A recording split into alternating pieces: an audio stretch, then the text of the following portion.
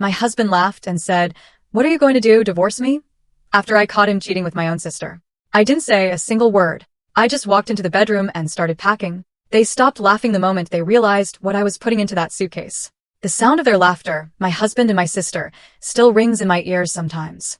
But that mocking amusement died on their faces the moment they saw what I was carefully placing into the suitcase. My suitcase, not theirs. You know that feeling when everything just seems normal? Comfortably, perfectly normal? That's exactly how the day started. I just left the office, around 5, feeling that familiar hum of satisfaction after a really productive week. I'm a partner at this architecture firm, one I literally helped build from the ground up. And yeah, the hours are brutal sometimes, but I love what I do. There's this incredible sense of permanence, of control, in designing spaces where people will live their lives.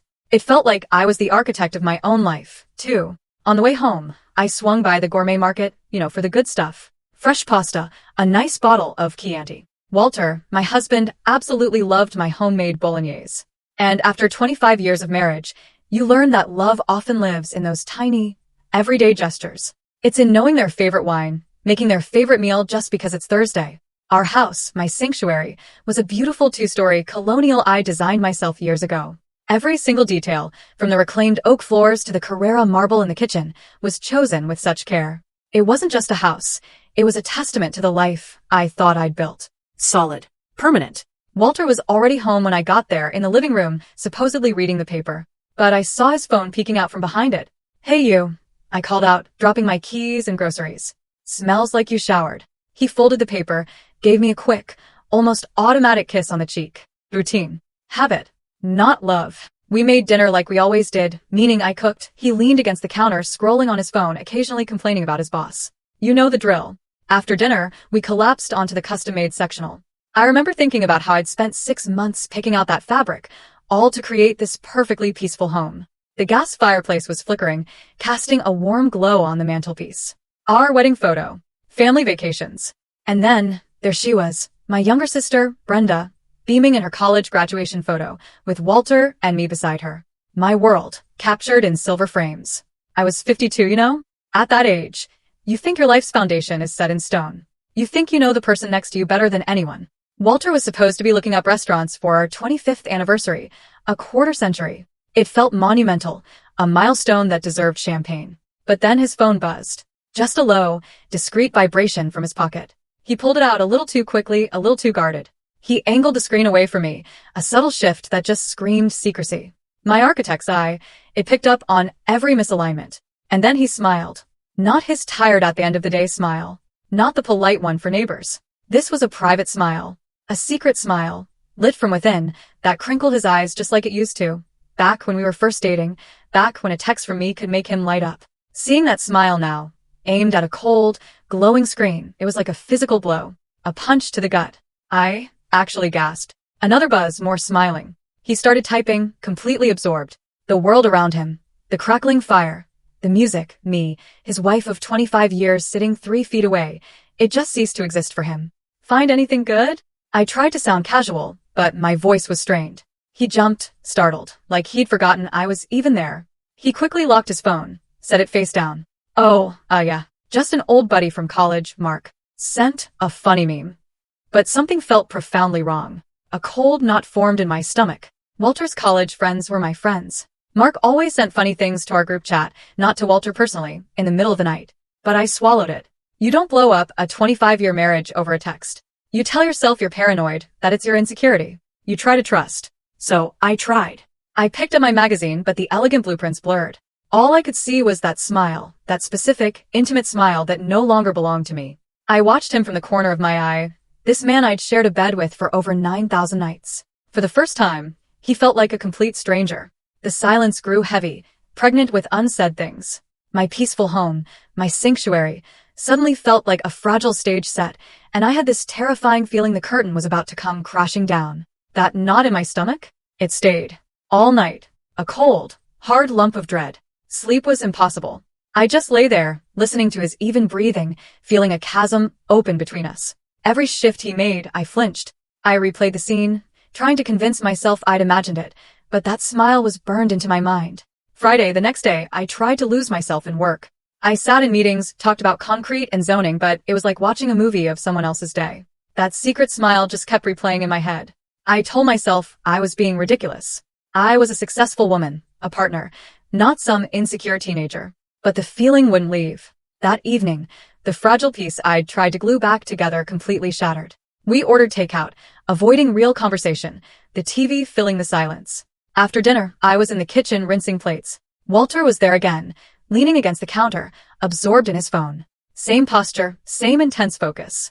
I tried to ignore it. Really, I did. But then his phone buzzed. Loud. Clear. He'd left the volume on. He set it face down on the granite, screen dark, and said, "I'm gonna grab that bottle of red from the pantry. The good stuff." And he walked out. In that moment, the universe, fate, whatever you want to call it, gave me a choice. I could respect his privacy, turn back to my soapy water, and live with this gnawing, corrosive uncertainty forever. Or I could know. I stood there for 10 long seconds, my heart pounding like a drum. I heard him humming a little tune from the pantry. So normal, so domestic, it made the situation feel utterly surreal. "Just turn it over, Audrey," a voice screamed in my head. "You have to know." My hand trembled as I reached for the phone. It felt heavy, like it held the weight of my entire future. The glass was cool against my skin. I took a deep, shuddering breath and flipped it over. The screen lit up, and there it was. A notification preview. Clear as day. My brain registered the words before it could process the horror. "Can't stop thinking about last night. You were amazing." An affair. He was having an affair. The pain was sharp, immediate. A white-hot poker to the chest. But then the name below the message. That name. It didn't just make the world stop spinning. It made it implode. It wasn't some stranger, some coworker, some random woman I could hate from a distance. The name was Brenda. My sister. My baby sister. The one whose scraped knees I'd bandaged, whose first date I'd coached her through. My maid of honor. The woman whose photo was on my mantelpiece, right next to mine. I couldn't breathe. The air just vanished. The running water in the sink faded to a distant roar. I stared at her name, next to those words, and my reality shattered into a million jagged pieces. It wasn't a crack in the mirror anymore. The mirror was dust. And the reflection staring back at me was a woman I didn't recognize, living a life that was a complete and utter lie. I heard the pantry door open. Walter was coming back, humming, completely oblivious. And I just stood there, frozen, holding the proof of their unimaginable betrayal, the phone burning like a brand against my palm. Time stretched. I gripped the cold granite counter, the only thing keeping me upright. Walter stopped humming. His casual smile died when he saw my face. "Audrey, what is it? You look like you've seen a ghost."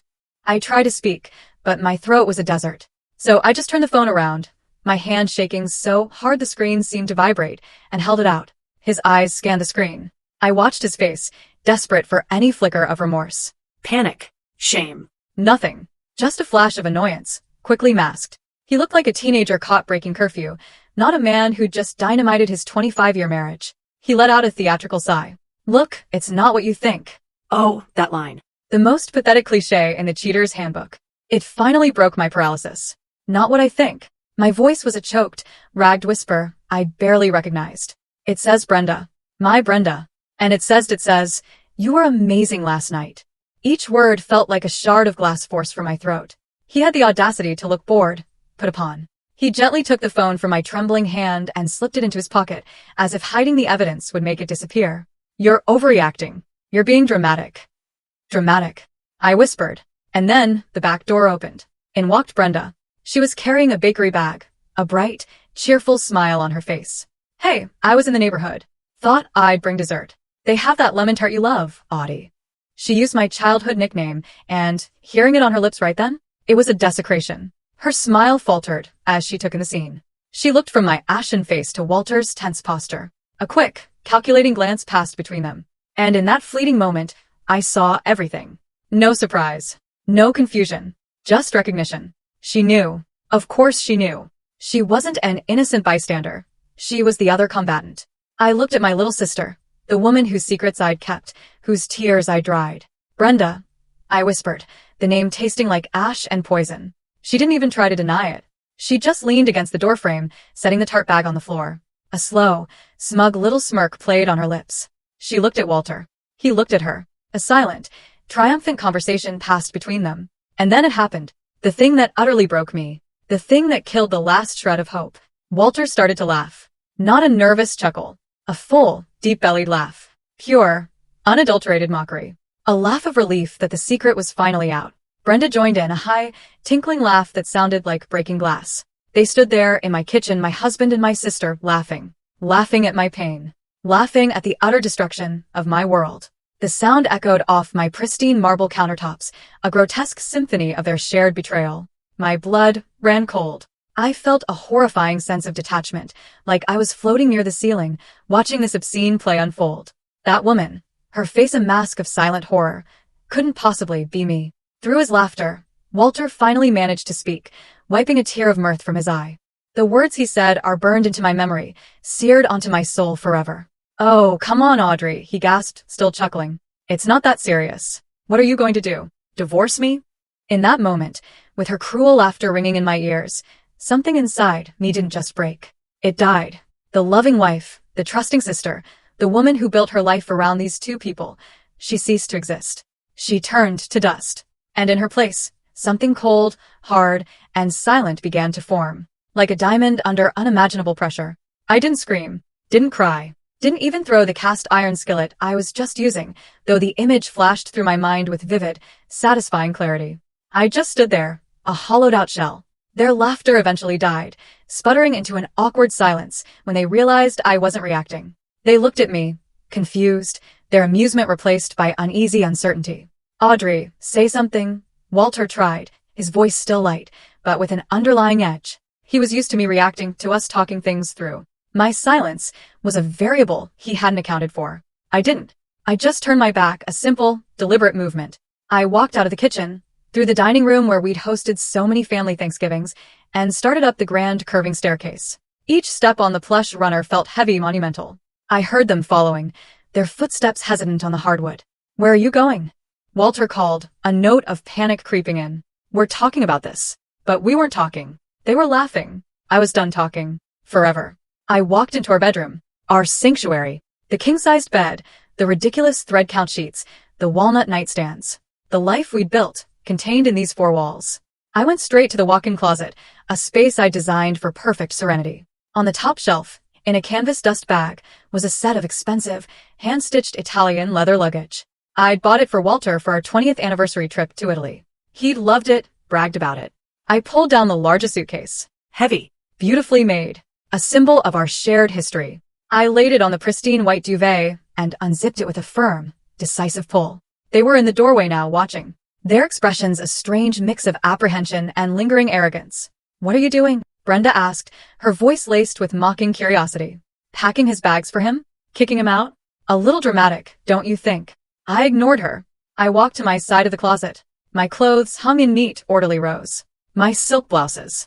My work suits. The beautiful cocktail dress I wore for date nights that had apparently been a complete lie. With a strange, detached calm, I started taking them off the hangers. One by one. Folding them carefully, smoothing wrinkles, placing them inside the suitcase. His suitcase. The dress I wore to my father's funeral. The sweater he gave me 5 Christmases ago. Each item a memory, a piece of our story. I was packing it all away. The silence stretched, thick, suffocating. The only sound was the soft rustle of fabric, the quiet click of hangers. Their amusement was rapidly fading, replaced by a dawning, horrified understanding. Brenda was the first to truly process it. Her voice was a sharp, disbelieving hiss. "Wait, are you packing your clothes in a suitcase?" I kept packing. My favorite cashmere, my comfortable jeans, my workout clothes. Everything went in. I was a machine, methodical, silent. The cold, hard diamond of resolve was in control now. It was directing my hands, my feet, every move. They wanted to see what I would do. I was going to show them. And I wasn't going to say a single solitary word. Their panic was palpable now, a frantic energy radiating from the doorway. "Audrey, stop this. This is childish. This isn't funny." Walter's voice was sharper, more commanding. The laughter was a distant memory, replaced by nervous bluster. He had miscalculated. He expected tears, arguments, maybe a plate thrown. Not this cold, silent, methodical dismantling of their life. I ignored him. After packing my essential clothes, I went into the master bathroom, grabbed my toiletries from the marble vanity, my expensive face cream, the one he always complained about, my Chanel perfume, the one he bought me for my 50th, my electric toothbrush, all into a travel bag, then into the suitcase. They just stood there, 2 useless statues of flesh and blood. My silence was a wall of reinforced concrete. I zipped up the large suitcase with a final, satisfying tug and set it on the floor. Then, I pulled down the matching leather carry-on, the beautiful bag we'd used for weekend trips. Hello, Earth to Audrey? Are you seriously giving me the silent treatment? Walter's voice was bordering on a shout. So, I messed up. It's a big deal. I get it, but you don't just do this. You don't throw away a family. Our family, I thought, as I started packing my shoes. You torched our family and used the flames to keep yourselves warm. I packed my laptop, my work files, the antique silver picture frame with my parents' photo. As I packed, sitting on the edge of the bed where I'd trusted him for so long, I pulled out my phone. My fingers were surprisingly steady. Walter and Brenda exchanged a nervous glance. What are you doing on your phone now? Brenda asked, shrill. I opened my banking app. A blessing, really. Pure karmic justice. I'd always handled our finances. I was the architect, the planner, the one who managed investments and paid bills. The house was in my name. I'd used an inheritance for the down payment. Most of our assets, the cars, the brokerage account, the emergency fund, were tied to my accounts, my salary. I scrolled to the authorized users on my Amex Platinum. His name, Walter Thompson. I remembered how thrilled he was when I added him, how he'd flashed that heavy metal card at his golf buddies. With a simple tap, a confirmation screen popped up. Are you sure you want to remove this user? I pressed confirm. Without a second's hesitation. A small digital guillotine. Next, car insurance. The Lexus he drove so proudly, the one he considered his car, was under my multi-car discount plan. I found the number and called, putting the phone on speaker. Cheerful hold music, generic smooth jazz, filled the room. Walter stared at the phone on my lap, his face pale, jaw slack. Thank you for calling Allstate, this is Maria. How can I help you? Hello, Maria. I said, my voice calm, a stranger's voice. I'd like to make a change to my policy. Number 924-7. I gave her the details. The Lexus, primary driver to be removed. Walter Thompson. Audrey, you can't do that, he sputtered, finally rushing forward. I need that car for work. For my clients. Ma'am, the change will be effective immediately. Maria chirped, oblivious. The vehicle and driver have been removed. Anything else? No, thank you, Maria. You've been very helpful. I hung up. I looked at him. Disbelief. Impotent fury. You canceled my insurance. I didn't answer. I just went back to my phone. Opened the mobile carrier app. A few more taps. Removing his line from my family plan. His phone would be disconnected by the next billing cycle. One by one, I was cutting the cords tying him to my life, and more importantly, to my finances. Amazon Prime password changed. Netflix password changed. Smart home app, access revoked. Small, digital acts of eviction. And with each tap, a piece of my power returned. The look on their faces? A grotesque mixture of panic and sputtering indignation. Brenda, who'd been watching with smug superiority, now looked genuinely frightened. The foundation of the comfortable, subsidized life she was trying to insert herself into was being demolished before her very eyes. This is insane, Walter stammered, running a hand through his thinning hair. You're throwing away 25 years of marriage over a few stupid texts. A few stupid texts. My voice was dangerously low, a growl from the depths of my shattered soul. It was the first time I'd spoken directly to him in what felt like an eternity. The cold diamond of resolve was heating up, turning into a white-hot, focused rage. I held out my hand. Give me your phone. What? No, he clutched it protectively. Walter, I said, no room for argument. You can give it to me now, or I will consider that a full and complete confession, and my lawyer will subpoena it in the divorce proceedings. And trust me, it will look much, much worse for you then. Your choice.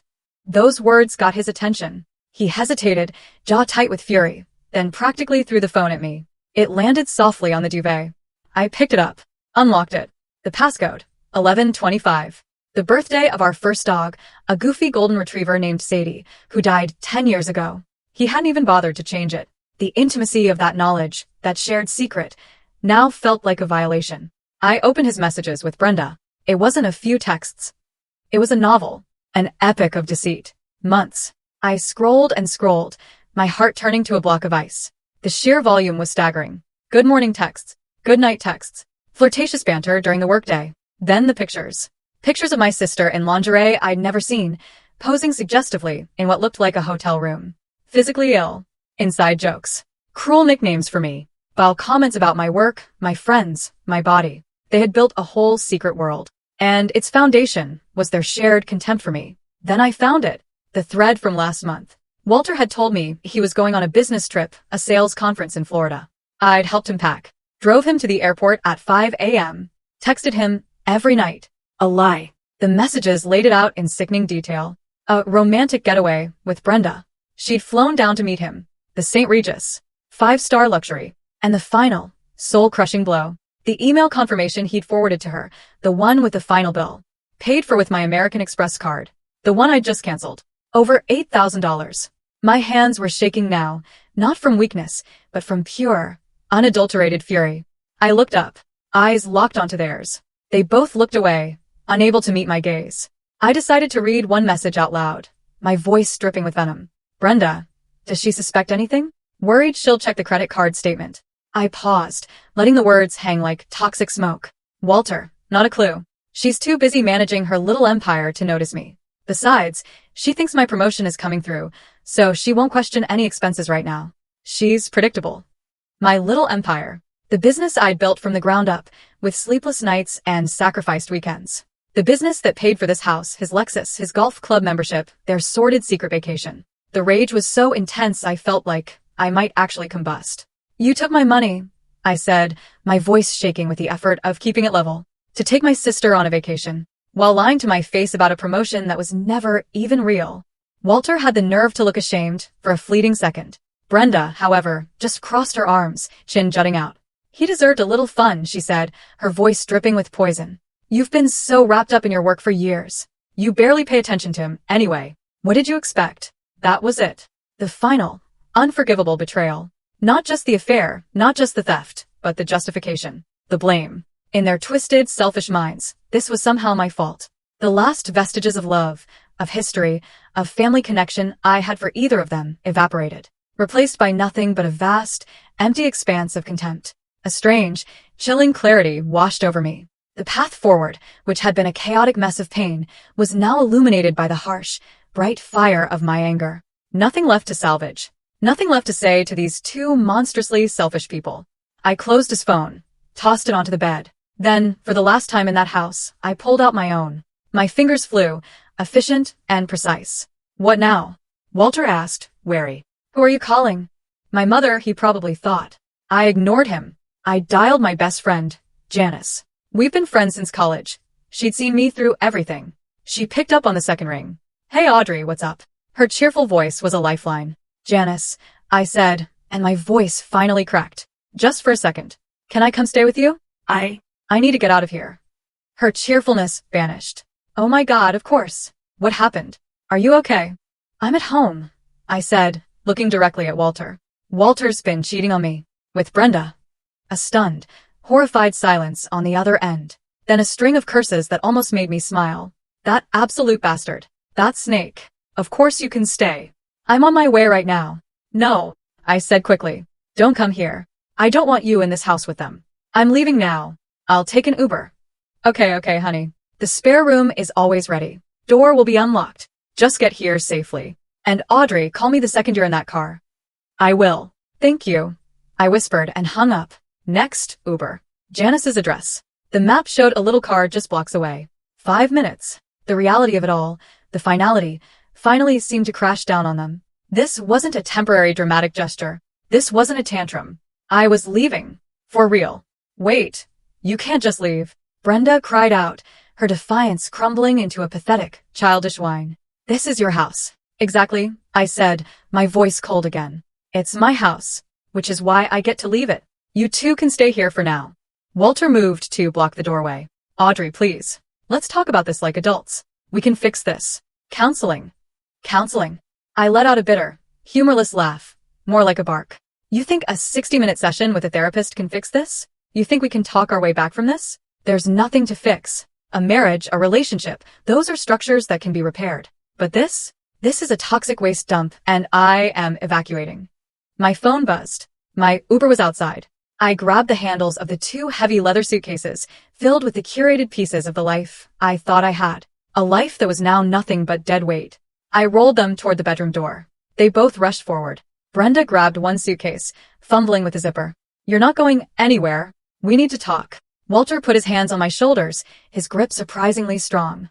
Audrey, please don't do this. Think about what you're throwing away. I stopped. I looked down at his hands, the hands of a stranger. then up at his face, a face I no longer recognized, then at my sister, desperately trying to unpack my shoes, as if that would somehow keep me there. A wave of disgust, so profound it almost made me gag. I shrugged his hands off me with a force that surprised even myself. I looked at both of them, these two people who had been the twin pillars of my universe. Now just pathetic, selfish strangers standing in the wreckage they created. You asked me what I was going to do, I said, my voice steady, clear, and final. I'm going to live without either of you. And with that, I rolled my suitcases past them, down the grand staircase, and out the heavy oak front door of my house for the very last time. I didn't look back. I didn't dare. The cool night air hit my face like a slap, shocking me back into my body. The Uber, a clean black sedan, waited. The driver, a kind-faced man, got out immediately. Here, ma'am, let me get those for you, he said, his voice soft. He must have seen the tears, the trembling. He just opened the back door. A simple, sympathetic nod. The moment I slid into the back seat and the door clicked shut, the adrenaline vanished, replaced by a hollow, cavernous emptiness, almost worse than the rage. The car pulled away. I watched my beautiful home, my sanctuary, recede into the darkness. And they were still in it. That thought felt like a physical violation. Then my phone, still clutched in my white-knuckled hand, started to blow up. Walter. His name and photo. A picture of us in Napa, smiling a lifetime ago. I stared at it, then pressed the red button to decline with a vicious jab. A text. Audrey, pick up. This is insane. You're behaving like a child. Ignored. Then Brenda. Nausea rolled over me. Declined. A string of texts followed. A rapid-fire assault. You can't do this to us. This is your family you're walking out on. You're destroying everything with your selfishness.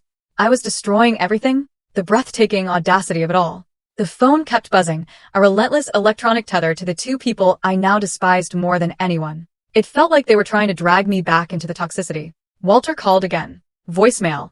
Brenda. Walter again. I watched their names flash in the dark car like warning signals. 2 decisive taps. I found their contacts. Blocked them. The buzzing stopped. The silence in the car was deafening, broken only by the soft hum of tires. And in that quiet, as familiar streetlights blurred, it finally hit me. The full, crushing weight of it all.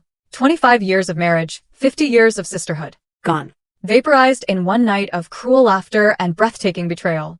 I looked out at the blurry lights of other people's normal lives. Silent tears streamed down my face, stinging. Not sobbing. A quiet, hopeless weeping for a life that was over, a future stolen. The driver glanced in the rear view. Everything all right, ma'am? He asked softly. I couldn't speak. Just nodded. Then I whispered, mostly to myself, a promise to the broken woman in the window.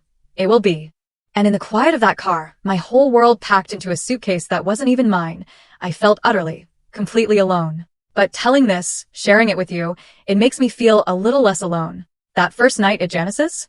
A total blur. Shock, exhaustion. She met me at the door, gave me this huge hug, just held me for a full minute. Didn't push, didn't ask 1,000 questions. Just guided me to her cozy spare room, a safe space, and brought me tea and a Xanax. I think I slept, but it was restless, haunted by their laughter. Saturday morning, I woke up feeling like I'd been in a car crash. Every part of me ached, but that cold core of resolve, it had hardened overnight into something unbreakable. Janice, bless her, she was my rock. She sat with me, watching me stare into my coffee cup. When I was ready, she didn't offer platitudes. She offered a plan. Okay, she said, firm. First up, a lawyer, I said, surprising myself with the steadiness of my voice. Not just any lawyer. The best, most ruthless divorce lawyer in the city. Janice nodded, already typing on her laptop. I know a guy. They call him the Shark. Handled my cousin's nasty divorce. By 9 a.m. Monday, I was sitting in Mr. Arthur Henderson's sterile, overly air-conditioned office. White hair, piercing blue eyes. A shark in a custom $3,000 suit. I needed a shark. His office was on the 40th floor, with a panoramic view of the city I'd helped build. Grim irony. I told him everything. Laid it all out on his polished mahogany desk. 25 years of marriage, how I was the primary earner, the house in my name, my inheritance, the financial entanglements. Then Walter, Brenda, and that horrible Thursday night. I'd saved the texts, the unblocked voicemails, a pathetic, chaotic mix of feigned remorse, angry accusations, and desperate pleading. Mr. Henderson listened, impassive, occasionally scribbling on a yellow pad. He didn't interrupt. When I finished, throat raw, he took off his gold-rimmed glasses, slowly polished them. Well, Audrey, he said, his voice calm, deeply reassuring. This is a mess. A heartbreaking, despicable mess. But from a legal standpoint, remarkably clean. He confirmed my suspicions. House in my name, sole owner. Walter and Brenda, legally tenants at will. No lease. My guests, whose invitation was revoked, will begin divorce proceedings immediately, he explained, crisp and professional, citing adultery with extreme prejudice. File for an emergency order to freeze joint assets, though it sounds like there are few. And most importantly, serve them with a formal, legally binding eviction notice. 30 days to vacate. If they refuse, we have them removed by the county sheriff. Terrifying. Empowering. Eviction. Sheriff. This was real. This was the mechanism of my freedom. He drafted the papers right there, his paralegal flying into action. The notice was dispatched that afternoon. I pictured the scene. A stern stranger at my beautiful door, handing them crisp, cold legal documents. Their reaction? Immediate. Nuclear. My phone, blissfully quiet since I'd blocked them, started vibrating with notifications from unknown numbers and newly created email addresses. They were trying to bypass my blocks. The emails were a torrent of rage and delusion. From Walter Thompson, new Gmail, an eviction notice. After everything I've given this family, my career support, you'll be hearing from my lawyer. You can't just throw me out. From Brenda Clark, alt email. You are a cold, heartless monster. I am your sister. I have rights as a resident. This is my home now. I forwarded every single message to Mr. Henderson with a simple note, for your files. He replied instantly, excellent. Every message is another nail in their coffin. Document everything.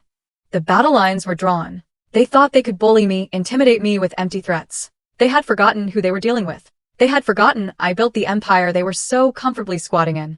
And I was about to remind them, with the full force of the law behind me. I knew it was coming. Dreaded it more than the confrontation, more than the lawyer. The phone call. It came Saturday morning, a week after I'd left. I was at Janice's kitchen table, sketching designs, trying to find normalcy in the ordered world of lines and angles. The phone rang. Caller ID. Mom. My hand hovered. A part of me, the wounded child, wanted to let it ring. Retreat into the safe cocoon I was building. But the architect in me, the one who confronts problems head-on, knew I couldn't. I took a deep, fortifying breath. Hello, Mom. Audrey. Thank God. Her voice was frantic, breathless, with that manufactured drama I knew too well. I've been calling. Brenda finally told me what happened. Said you had some sort of breakdown, a horrible misunderstanding, and you kicked them out. A breakdown? A misunderstanding? That was their story. Of course. It painted me as unstable. Them as victims. Masterful cruelty. That's not what happened, Mom. I said, my voice tired. Audrey, how could you do this? She barreled on, not listening, her words a tidal wave of guilt. He's your husband for 25 years. And Brenda, my God, Audrey, she's your sister, your baby sister. She called me sobbing, said she has nowhere to go. You can't just throw your own sister out on the street. The injustice of it all was a physical blow. Her first concern was for the perpetrators, not the victim. Mom, I said, my voice growing colder. Did they tell you why I left? Did they tell you I found them together? That they've been having an affair for months, behind my back, in my house, spending my money? There was a pause. A short, telling silence. I heard her shaky breath. Well, she finally said, softer, but still laced with reproach. Brenda said it was a mistake. A terrible, terrible mistake. She feels awful. People make mistakes, Audrey. Good people. Family is supposed to forgive. You can't just throw away a 25-year marriage and your relationship with your sister over one mistake. One mistake. I repeated, my voice dangerously quiet. Mom, it wasn't one mistake. It was hundreds. Hundreds of lies. Every single day. And when I confronted them, they laughed in my face. They stood in my kitchen and they laughed. Brenda is very fragile right now, my mother continued, her voice taking on that whiny, pleading tone I despised. She's always looked up to you. And Walter is your husband. For better or for worse, remember your vows.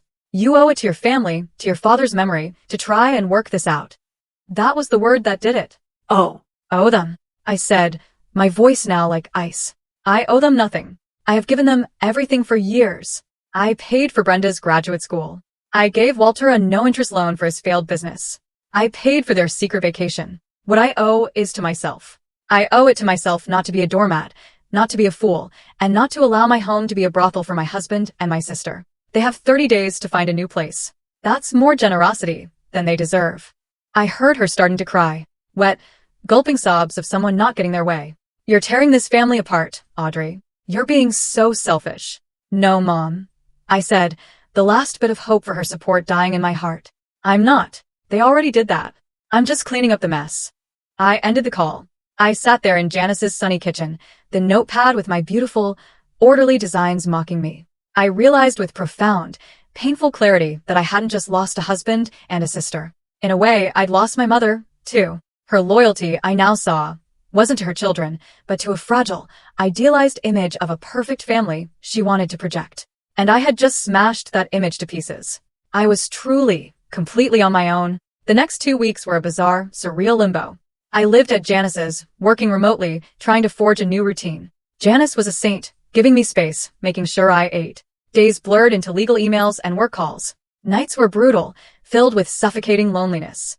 Meanwhile, Walter and Brenda's desperation escalated. When my mother's emotional blackmail failed, they ramped up the petty, infuriating harassment. First, the finances. I got a fraud alert from my brokerage account. Someone had tried to initiate a wire transfer. My security protocols held. Thank God. Blocked. I knew it was Walter, probing for weak spots. Then the social media smear campaign. Brenda, who lived for her online image, posted a long, tear-stained Facebook story. She was clever. No mention of the affair, of course. Instead, she painted herself as the heartbroken sister, worried about my sudden and alarming mental instability. Claimed I was paranoid, delusional, under extreme work stress, and had kicked them out over a terrible misunderstanding. She ended it with a plea for prayers for my healing. A masterpiece of passive-aggressive victimhood. My phone started buzzing with concerned messages from distant relatives. Is everything okay, Audrey? Heard you're going through a tough time. Brenda is so worried about you. I don't do social media drama. It's undignified. But this was a calculated attack on my sanity, my reputation. It demanded a response. I didn't write a long post. I didn't get into a war of words. I simply went to her post and left one public comment. Ask her about the business conference at the St. Regis in Florida last month. Then ask her who paid for it. I have the credit card receipts charged to my account. It seems misunderstandings are quite expensive these days. The comments section exploded. People started asking questions. Within an hour, Brenda's entire post and all comments were gone. But they weren't done. The pettiness devolved into the utterly bizarre. My weekly grocery delivery? Mysteriously canceled. My New York Times subscription? Suspended for non-payment, despite autopay.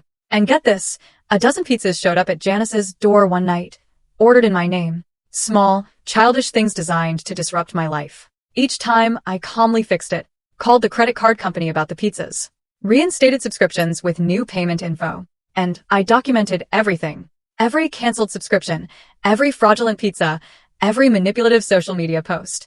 I created a folder and sent a summary to Mr. Henderson every evening. His replies were always brief, always encouraging. Excellent. They are building our case for us.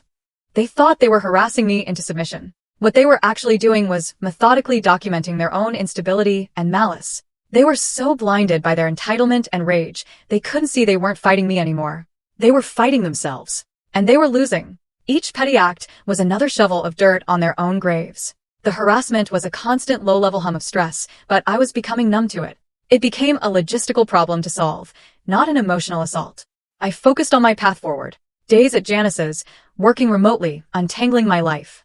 I started looking at new apartments online, smaller, brighter places just for me. The thought of starting over at 52 was terrifying, but each day, it felt more like an exhilarating liberation. Then, they crossed a line. A bright red, irrevocable line. It was a Tuesday afternoon. I was on a conference call when an email popped up. Update on your recent application. I frowned. I hadn't applied for anything. I opened it. A standard automated message. Congratulations on your new auto loan. My blood turned to ice water. The voices on my conference call faded. I hadn't applied for an auto loan. My hands trembling, I clicked the link. A loan document. In black and white. An application for a $70,000 loan for a brand new Lexus SUV, the exact model Walter had been whining about for months. Submitted online using my full name, address, date of birth, social security number. And because of my excellent credit score, it was instantly approved. I felt sick. This wasn't pettiness. This wasn't childish harassment. This was a felony. Calculated criminal identity theft. They were trying to saddle me with crippling debt, to ruin the financial stability I'd worked my entire life to build. I excused myself from the call, my voice a strained whisper. I immediately called the bank's fraud department. Linda, a calm professional, listened patiently as I frantically explained, my voice shaking with rage and fear. Yes, ma'am, I see the application here, she said after a few moments. Submitted this morning from an IP address linked to your home Wi-Fi network in Northwood.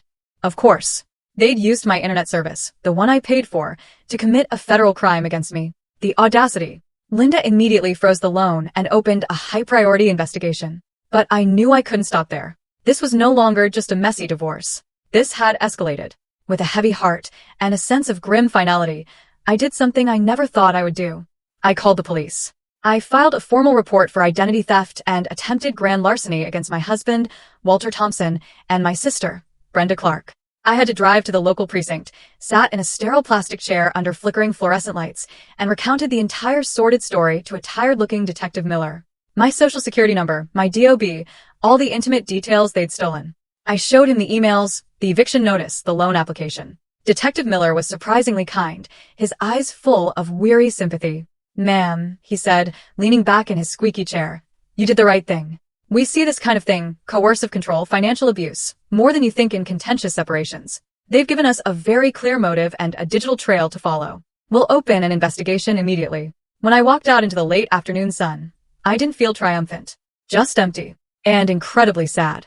They had been so consumed by their greed, their pathological desire to hurt me, that they'd risked their own freedom. They forced my hand, and now the consequences were out of my control.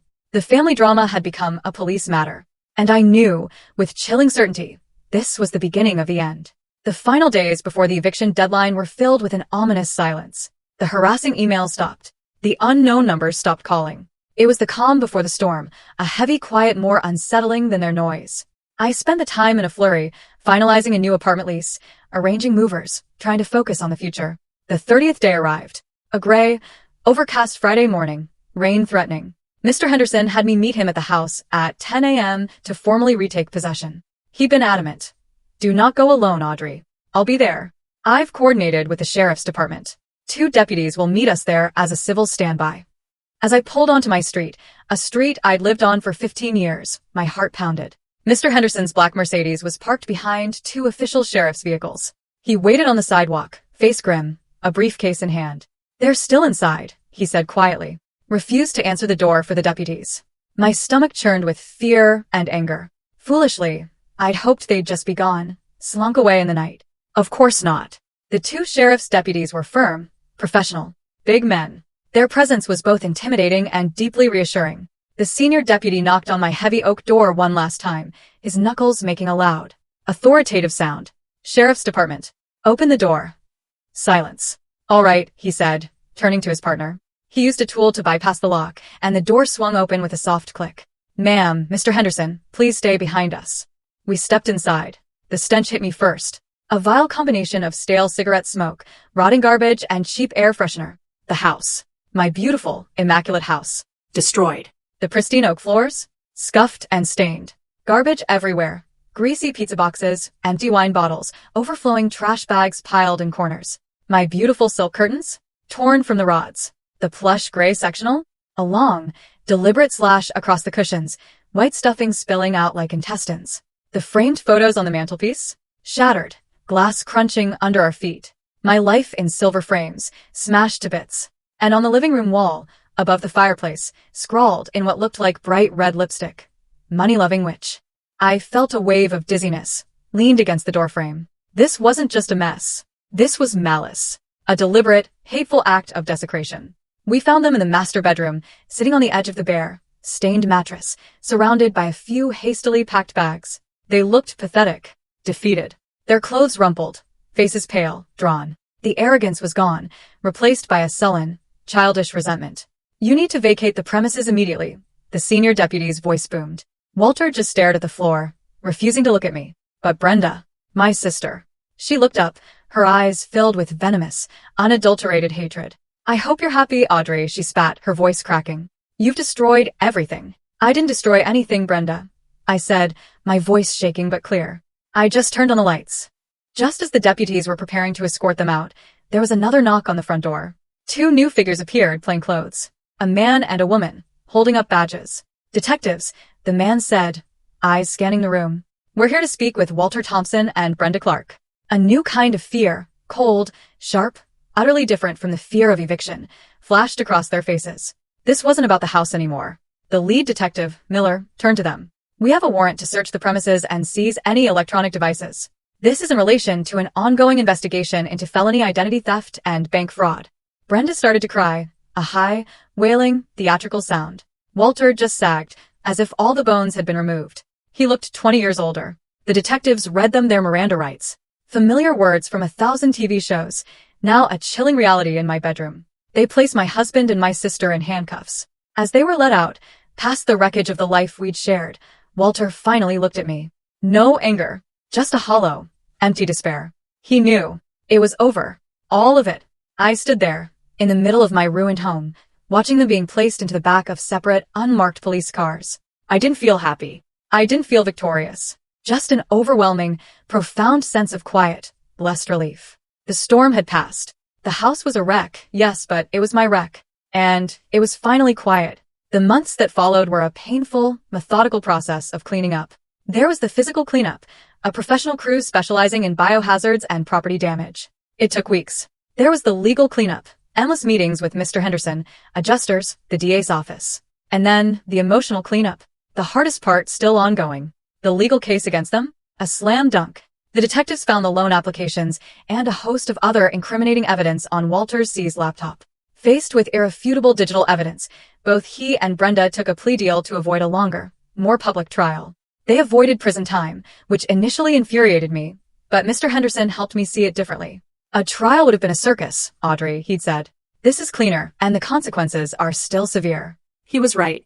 5 years probation each. Restitution for damages. 500 hours of community service. Felony criminal records.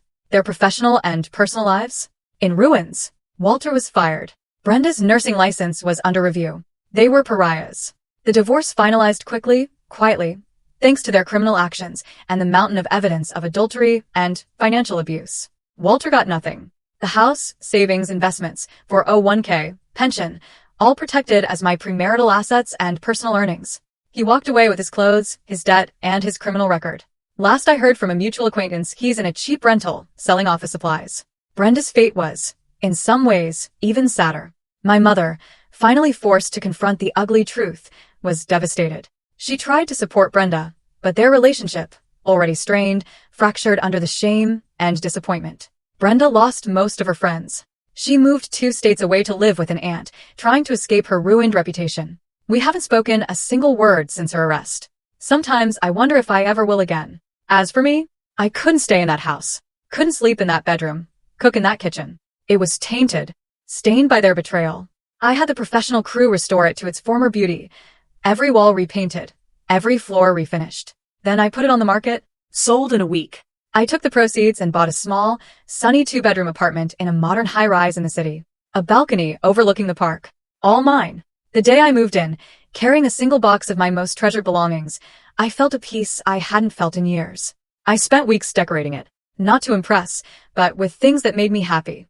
A ridiculously comfortable velvet armchair. An indoor herb garden. I enrolled in a pottery class, something I'd always wanted to do. My first creations were lopsided, ugly. But the feeling of cool, wet clay spinning in my hands, creating something new from a lump of earth, it felt like a powerful metaphor for my own life. One day, cleaning out the last boxes, I found them, tucked away in the back of the storage unit. Those expensive Italian leather suitcases I'd bought for Walter, the ones I'd used to pack my things that terrible night. I stood there, looking at them, symbols of a life and love that had been a lie. I didn't hesitate. Dragged them down to the building's large dumpster. Threw them in, one after the other. A satisfying thud. The next day, I bought myself a brand new set of luggage. Lightweight. Durable. A beautiful, vibrant sapphire blue. It was mine. My life is smaller now, and much quieter. But it's real. It's honest. And it's entirely my own. Last week, I booked a trip. Solo. 2 weeks on the coast of Spain. Something I've dreamed of forever. I'm going to eat tapas, drink wine, sit on the beach, and read. Sometimes, late at night, when the city is quiet, I still hear their laughter. I still remember Walter's smug, taunting question. What are you going to do? Divorce me? He thought it was a threat. The worst thing that could possibly happen to me. He had no idea it would be the beginning of my salvation. He had no idea that I would do exactly that, and so much more. I would not only divorce him, I would dismantle the life he took for granted. I would hold him and my sister accountable for their crimes. And I would build a new life from the ashes. A life of my own making, one carefully chosen piece at a time. And that's my story. It was the hardest, most painful thing I've ever been through, but I came out the other side. If you've ever felt betrayed, ever been made to feel small or foolish, I hope hearing this lets you know that you are not alone, and that you are so much stronger than you think.